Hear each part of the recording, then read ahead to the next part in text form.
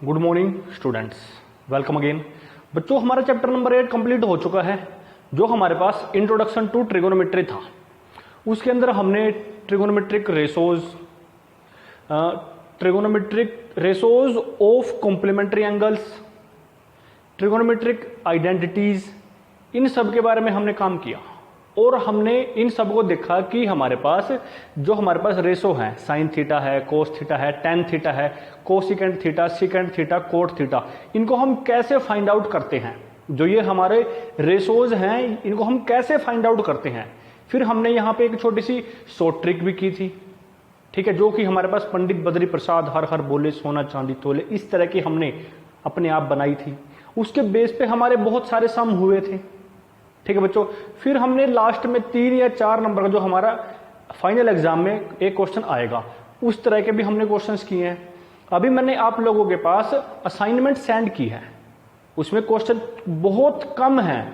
ऐसे ऐसे ये मान के चलो कि हम आपको 30 से 40 क्वेश्चन कराएंगे और उनमें से ही कोई ना कोई क्वेश्चन आपको फेयर एग्जाम में या जो आपका फाइनल एग्जाम है, जो आपके पक्के पेपर होंगे, वहां पे आपको दिखाई देगा। एक क्वेश्चन 3 या 4 नंबर का उन्हीं की हेल्प से होगा। जो आपके वो 10 क्वेश्चन हैं, क्वेश्चन नंबर 5 के 10 पार्ट हैं और हमारे 4 या 5 या 3 4 जितने भी हैं हमारे एग्जाम्पल हैं, उनमें से ही आए, ये कोई जरूरी नहीं है। तो हमें एक्स्ट्रा मेहनत करनी पड़ेगी, थोड़ा सा हार्ड वर्क करना पड़ेगा, साथ साथ स्मार्ट वर्क भी करेंगे हम, ठीक है बच्चों। उसकी असाइनमेंट हमारी साथ साथ कैरी ऑन रहेगी, वो चलती रहेगी। जो हमारा ये जो हमारा अगस्त मंथ है, इस मंथ में हमने चैप्टर नंबर 9 भी कंप्लीट करना है। ये आपका सिलेबस के अंदर है कि भाई हमें इस मंथ में चैप्टर नंबर 9 भी कंप्लीट करना है। इसको कंप्लीट करने के बाद हम रिवीजन स्टार्ट करेंगे, ठीक है बच्चों। अब जो चैप्टर नंबर 9 है वो क्या है, हमारा एप्लीकेशन ऑफ ट्रिगोनोमेट्री, या इसी का दूसरा नाम भी होता है height and distance, Heights and distances. तो ये क्या होता है, जैसा इसके नाम में ही है, एप्लीकेशन ऑफ ट्रिगोनोमेट्री, की ट्रिगोनोमेट्री जो हमने चैप्टर नंबर 8 में करी है, इसको अप्लाई करो, इसकी एप्लीकेशन देखते हैं। एप्लीकेशन मतलब ये कहां कहां अप्लाई हो जाता है और अप्लाई होने के बाद किस किस चीज को फाइंड आउट करता है। किस किस चीज को फाइंड आउट करेगा, या तो हाइट को करेगा या डिस्टेंस को करेगा। इसीलिए इस चैप्टर को हाइट्स एंड डिस्टेंसेस भी नाम दे देते हैं।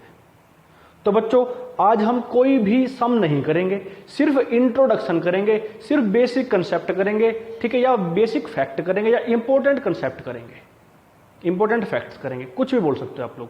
ये जो मैंने बोर्ड पे लिखे हैं ये 3-4 ही बातें हैं बस, लेकिन अगर ये आपको समझ नहीं आई तो यही चैप्टर आपके 4 नंबर छुड़वा देगा, यही कंसेप्ट आपके 4 नंबर छुड़वा देगा। तो आपको जितना हो सके, जितनी बार हो सके वीडियो को देखना है, 2 बार 3 बार 4 बार। हर एक बच्चे को कम से कम 2 या 3 बार कम से कम वीडियो को देखना है। अगर बेसिक कंसेप्ट समझ आ गए तो आप इस एक्सरसाइज को, जिसके अंदर 16 क्वेश्चन है, 16 क्वेश्चन हैं, 4-5 एग्जाम्पल होंगे, उनको कर सकते हो। और साथ साथ इसी कंसेप्ट को अप्लाई करके और भी क्वेश्चंस बनते हैं बहुत सारे, उनको भी आप कर सकते हो। तो बच्चों, जो इसके अंदर हमारे क्वेश्चंस हैं वो 16 क्वेश्चंस हैं, 4-5 एग्जाम्पल हैं और बाकी बचे हुए बहुत सारे क्वेश्चन जो हम आपको असाइनमेंट के तौर पे कराएंगे।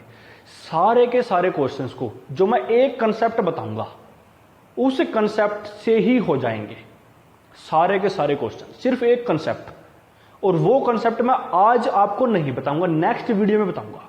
तो आपको वो नेक्स्ट वीडियो भी देखनी है और उसको तो आप जितनी बार देख सकते हो, जितनी बार उस कंसेप्ट को समझ सकते हो। वीडियो को पॉज करो, जो मैं बोलता हूं उसको सुनो, उसको समझो, फिर वीडियो को प्ले करो।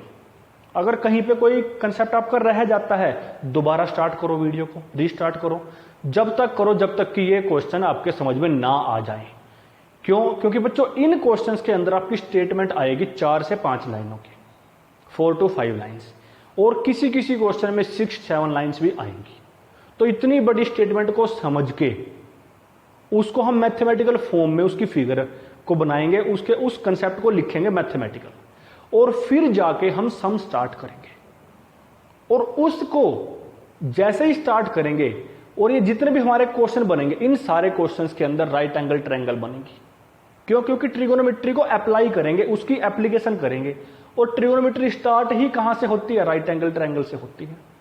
तो इसके अंदर हमारे पास एक्यूट एंगल आएंगे, 2 एक्यूट एंगल।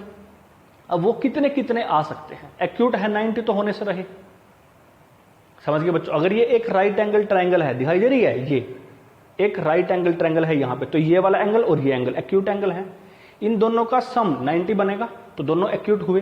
तो ये कितने कितने के हो सकते हैं? ये हमारे पास इनमें से कोई भी 90 का तो हो नहीं सकता, ठीक है? तो कितने बच गए? 4 बच गए। 0 डिग्री, 30 डिग्री, 45 डिग्री, 60 डिग्री। अब 0 डिग्री भी नहीं हो सकता। कैसे? कोई भी एक हमारा 0 नहीं हो सकता। अगर दोनों का सम 90 है और ये 0 हो गया तो ये 90 हो गया, तो एक राइट एंगल ट्रायंगल में 2 राइट एंगल एग्जिस्ट ही नहीं करते, समझ गए? 0 नहीं हो सकता, 90 नहीं हो सकता, तो क्या क्या हो सकते हैं? 30 डिग्री, 45 डिग्री, 60 डिग्री। तो बच्चों आपको 3 ही एक्यूट एंगल दिखाई देंगे, 30 डिग्री, 60 डिग्री, 45 डिग्री। और इन 3 एंगल पे आपको सिर्फ और सिर्फ sine theta, cosine theta, tangent theta, इनकी वैल्यू याद रखनी है। मतलब क्या? साइन 30, साइन 45, साइन 60, कोस 30, कोस 45, कोस 60, टेन 30, टेन 45, टेन 60। इन 3 ट्रिगोनोमेट्रिक रेशोज पे 3 स्पेसिफिक एंगल पे वैल्यू आपको याद रखनी है। यही अप्लाई होंगी हर क्वेश्चन के अंदर। पहले तो मैं आपको पूरा कंसेप्ट कराऊंगा, पूरा बड़ा क्वेश्चन ये हमारा होगा, पूरे क्वेश्चन को कराऊंगा। फिर आपको मैं इसकी एक शॉर्ट ट्रिक भी बता सकता हूं कि फिगर को देखते ही कैसे 1 सेकंड में आंसर आएगा। वो आपको अप्लाई करनी पड़ेगी। सिर्फ 30 डिग्री में अलग आएगी, 45 में अलग आएगी, 60 में अलग आएगी। सिर्फ देखते ही बताओगे आप लोग, लेकिन उसके 4 नंबर नहीं मिलेंगे। 1 नंबर के लिए हो सकती है वो, 4 के लिए हो ही नहीं सकती। अगर एमसीक्यू आते हैं, ऑप्शनल आते हैं, तब बात बन जाएगी आपकी, ठीक है बच्चों? तो ये चीज हम करेंगे। और एक और इंपॉर्टेंट बात, जब भी हम इस एक्सरसाइज के सम करेंगे, तब बच्चों इसकी स्टेटमेंट काफी बड़ी बड़ी है, तो मैं शायद स्टेटमेंट को बोर्ड पे ना लिखूं। अगर मैं लिखूंगा तो कम से कम हमारा हाफ बोर्ड, हाफ का मतलब हाफ स्टेटमेंट से ही भर जाएगा। फिर सम हमारा लेंथी होगा, तो इतने में तो मैं इसको 2-3 बार ही इरेज करूंगा, तब जाके एक सम खत्म होगा। तो इनसे बचने के लिए हम क्या करेंगे बच्चों? जब भी वीडियो आएगी, आप वीडियो को तब देखना जब आपके सामने बुक रखी हो मैथ की, ठीक है? जैसे जैसे मैं स्टेटमेंट को रीड करता रहूंगा अपनी बुक में से, वैसे वैसे आपको रीड करते जाना है, समझते जाना है। कोशिश तो मैं ऐसे ही करूंगा कि मैं यहां पे स्टेटमेंट को लिखूं, लेकिन वो काफी लेंथी है स्टेटमेंट, आप लोग चेक भी कर सकते हो, ठीक है बच्चों? ये जो बात होगी इस चैप्टर के लिए, जो जो इंस्ट्रक्शंस हैं। और जब भी आप लोग वीडियो को देखते हो तो अलग सेपरेट रूम में बैठ के ईयरफोन लगा के तब देखा करो, और ऐसी जगह बैठो जहां आपको कोई डिस्टर्ब ना करे, कोई आपको टोकाटाकी ना करे, ठीक है बच्चों? ये 3-4 बातें आपको ध्यान रखनी है। अब जो इसके अंदर 2-3 चीजें हमारी यूज होंगी, उनकी बात कर लेते हैं। इसमें इंपॉर्टेंट और बेसिक कंसेप्ट के नाम पे यही 2-3 चीजें हैं बस, और कोई चीजें है ही नहीं, ध्यान रखनी है, बहुत इंपॉर्टेंट चीजें हैं। तो देखिए बच्चों क्या है, यह है हमारे पास chapter number 9, some applications of trigonometry. कुछ एप्लीकेशन करेंगे। जो भी लोग या बच्चे या जो आपके सीनियर्स हैं बोलते हैं कि भाई हमने साइन थीटा किया था, टेन थीटा किया था, आज तक ये नहीं पता लगा कि वो अप्लाई कहां हुआ। तो आप लोग इस एक्सरसाइज में जितने भी क्वेश्चन करोगे, किसी भी क्वेश्चन को समझ के उसको समझा सकते हो। भाई देखिए यहां अप्लाई हुआ है, इसकी हाइट निकालनी पड़ी हमें बिल्डिंग की, यहां हुआ, ठीक है? इस पेड़ की हाइट निकालनी पड़ी, इस मकान की हाइट निकालनी पड़ी, कि कितनी हम हाइट पे विंडो को लगाएं कि एंगल इतना बने, वहां निकालनी पड़ी हमें, डिस्टेंस निकालना पड़ा, ठीक है? तो आप लोग खुद उनको बता सकते हो कि भाई हाँ देख भाई यहां पे अप्लाई होती है क्या, ट्रिगोनोमेट्री। समझ गए बच्चों? तो फर्स्ट डेफिनेशन देखिए भाई क्या है। फर्स्ट डेफिनेशन है हमारे पास लाइन ऑफ साइट। लाइन समझते हो, साइट भी समझते हो, देखना, ठीक है? देखें कहां से, आंखों से देखेंगे, तो आई होगी, आई नहीं, EYE आंख, ठीक है बच्चों? क्या है? Line of site. The line of sight is the line, line तो है ही, कौन सी देखने वाली लाइन है? लाइन ड्रॉन फ्रॉम द आई, कहां से ड्रॉ की जाएगी? आंखों, जहां पे आंख रखी है वहां से ड्रॉ की जाएगी आई। ऑफ एन ऑब्जर्वर, जो देखेगा वो कौन होगा? ऑब्जर्व करेगा, ऑब्जर्व मतलब देखने वाला ही होगा। To the point in the object, जब मान लो मैं यहां हूं, या तो मैं अपने से सामने बिल्कुल सीधे में देख सकता हूं, या ऊपर देख सकता हूं, या नीचे देख सकता हूं। ठीक है, तो अगर मान लो आप हो, ठीक है, मैंने आपको देखना है, आप लोग क्लास के अंदर बैठे हो, इस तरह की सिचुएशन को इमेजिन करो। आप लोग क्लास के अंदर बैठे हो और आपके टीचर आपको देख रहे हैं। आप लोग नीचे हो तो सर की आंखें थोड़ी सी नीचे होगी। ठीक है, तो जैसे वो ऐसे आएगी, लाइन ऑफ साइट बनेगी मेरी आंखों से लेके उस बच्चे की जो आई कांटेक्ट होगा, उस लाइन को बोलते हैं लाइन ऑफ साइट। अगर इसी को थोड़ा चेंज करो, क्लासरूम से बाहर निकलो, तुम पक जाते हो क्लास में बैठ के, क्या करोगे आप लोग? घर के अंदर हो, ठीक, आप घर के बाहर निकलो, गली में खड़े हो जाओ, अपनी छत को देखो ऊपर। आप लोग ऐसे हो, ऊपर देखोगे तो ऐसे जाओगे, तो जो आपकी line of contact, line of site ऐसे जाएगी, वो जो भी लाइन बनेगी ऊपर देखने के लिए वो आपकी हो जाएगी लाइन ऑफ साइट। थोड़ा सिचुएशन को रिवर्स कर दो, आप छत पे हो, आप नीचे देख रहे हो, तो आप लोग ऐसे देखोगे, तो वो जो लाइन बनेगी, जिस भी ऑब्जेक्ट को आप लोग देखोगे उसको बोलते हैं लाइन ऑफ साइट। अब बच्चे समझ गए, आप लोग बहुत अच्छे बच्चे हो। The line of sight is the line drawn from the eye of an observer to the point in the object viewed by the observer. उस ऑब्जेक्ट को जहां से ऑब्जर्वर देखता है, ठीक है, जो लाइन बनती है उसको लाइन ऑफ साइट बोलते हैं। नहीं समझे? फिगर देख सकते हो। मान के चलो आप लोग यहां पे आई, मतलब आंख बनानी थी, मेरे से बनी नहीं, मैंने आई ही लिख दिया। आप लोग बना सकते हो, मतलब जो ये पॉइंट है ओ, यहां पे है हमारा, कौन है? ऑब्जर्वर है। ऑब्जर्वर पूरा थो खड़े होने से देखेगा, कहां से देखेगा? वो आंखों से ही देखेगा। तो यहां पे उसकी आंख है, और जो देख रहा है वो छत पे बैठा है, ऑब्जेक्ट है, इसको देखेगा तो एक लाइन बनेगी, इसको लाइन ऑफ साइट बोल देते हैं। खत्म। रिवर्स मारो, छत से नीचे देखेंगे भाई, हम तो उल्टा काम करते हैं। यहां बैठा है, आंख है, यहां पे भी लिखा नहीं मैंने, लिख देते हैं, क्या प्रॉब्लम है? ये लो, अगर आप लोग बना सकते हो तो बना लेना, क्योंकि आप लोग अच्छे बच्चे हो। नीचे देख रहा है गली में, ये लाइन ऑफ साइट है, यही है। ठीक है, समझ गए आप लोग। फिर बच्चों, एक आता है एंगल ऑफ एलिवेशन, एक आता है एंगल ऑफ डिप्रेशन। स्टेटमेंट बाद में जाएंगे, पहले आपको मैं अपनी वर्डिंग में समझाता हूं, बिल्कुल अपनी वर्डिंग में, क्योंकि आपको यही ध्यान रहेगी। Angle of elevation, angle of depression. पहली तो बात ये कि दोनों एंगल अलग अलग हैं। दूसरी बात ये, दोनों एंगल इक्वल है। सर ये क्या बात हुई? यही तो बात है इसके अंदर, दोनों की वैल्यू इक्वल आएगी, दोनों को हम इक्वल लिख सकते हैं। तो सर ये अलग अलग कैसे हुए? अलग अलग ऐसे हुए, एक बार तो मैं यहां खड़ा होके छत पे देखता हूं, दूसरा मैं छत से नीचे देखता हूं। ऐसी सिचुएशन पॉसिबल है कि मैं यहां से छत पे देखता हूं कोई एंगल बनेगा, और छत से नीचे देखता हूं कोई एंगल बनेगा, दोनों इक्वल आ सकते हैं, आ सकते हैं। तो वो इक्वल ही आते हैं, एंगल ऑफ एलिवेशन और एंगल ऑफ डिप्रेशन हमेशा इक्वल होते हैं। तो अलग अलग कैसे हैं? इनके बनने के तरीके में डिफरेंस है। वैसे मैंने लिखा देखो, angle of elevation is equal to angle of depression, और डेफिनेशन भी है हमारे पास, दो अलग अलग तरीके से बनते हैं भाई। तो एक बार आप लोग क्या देखो, स्टेटमेंट को मारो गोली, ठीक है, थोड़ा आपको आइडिया हो जाएगा। मान लो मैं और आप बिल्कुल सीध में है, तो मेरी आंखें बिल्कुल ऐसे है, आपकी सीध में ऐसे कैसे। अगर मैंने आंखों से ऊपर देखा, मान लो ये यहां पे है, मैं ऊपर देखता हूं, तो ये यहां पे रखा है हमारे पास, ये हॉरिजॉन्टल लाइन है, मैं ऊपर देखता हूं, तो मैंने जितनी भी, अगर मैं ऐसे देखता हूं तो इसके और इसके बीच में कोई एंगल बनेगा, अगर ऊपर देखता हूं तो यहां पे कोई एंगल बनेगा।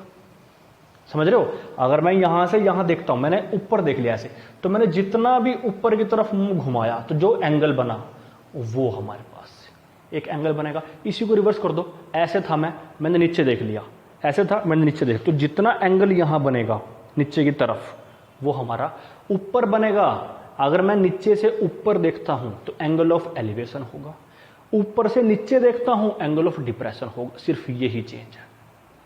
ऑब्जर्वर मैं हूं, किसी ऑब्जेक्ट को ऑब्जर्व करूंगा, या तो मेरे से वो ऊपर हो सकता है या नीचे हो सकता है। अब ये मत बोलना कि सर वो सीधे हुई तो हो सकता है, ऐसा केस आएगा ही नहीं तुम्हारे पास। ठीक है, देखो बच्चों, फिगर समझाता हूं, स्टेटमेंट तो तुमको पता है, तुम बहुत अच्छे बच्चे हो, नकल मार सकते हो।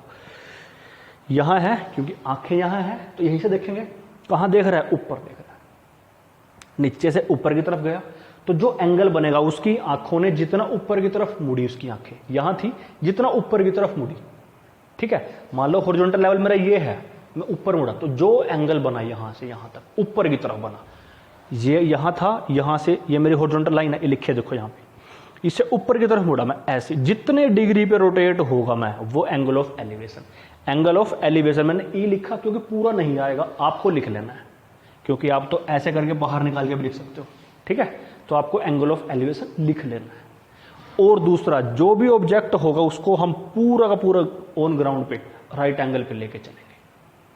वो जो ऑब्जेक्ट है हमारा, वो हमारी गली में जो लाइट लगी है वो लाइट भी हो सकती है, जो घर के आसपास पेड़ है पूरा बड़ा सीधा पेड़, वो पेड़ भी हो सकता है, किसी दूसरे का मकान भी हो सकता है, उसके मकान में लगी हुई विंडो भी हो सकती है, समझ रहे हो, कोई बिल्डिंग भी हो सकती है, कोई टावर भी हो सकता है, जियो का टावर होगा तुम्हारे आसपास, ठीक है, कोई भी हो सकता है, कोई प्रॉब्लम नहीं है, समझ गया बच्चों।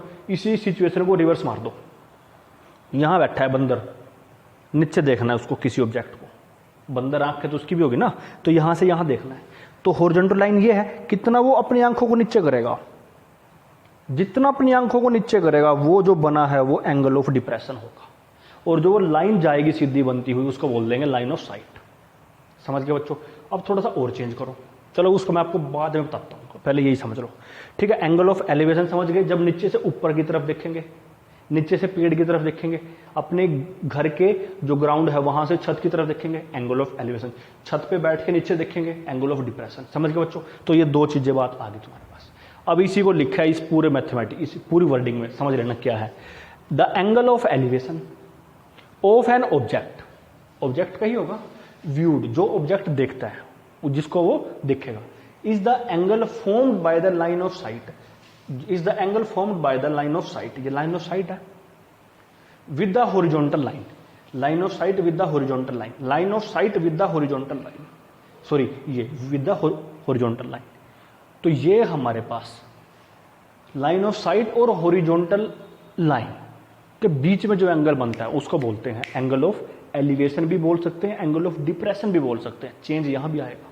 अगर हॉरिजॉन्टल लाइन नीचे है ऑब्जेक्ट से तो एलिवेशन है, हॉरिजॉन्टल लाइन से ऊपर है तो एंगल ऑफ डिप्रेशन है। तो यहां देखें, हॉरिजॉन्टल लाइन ऑब्जेक्ट से नीचे लिखा भी है, when it is above the horizontal line.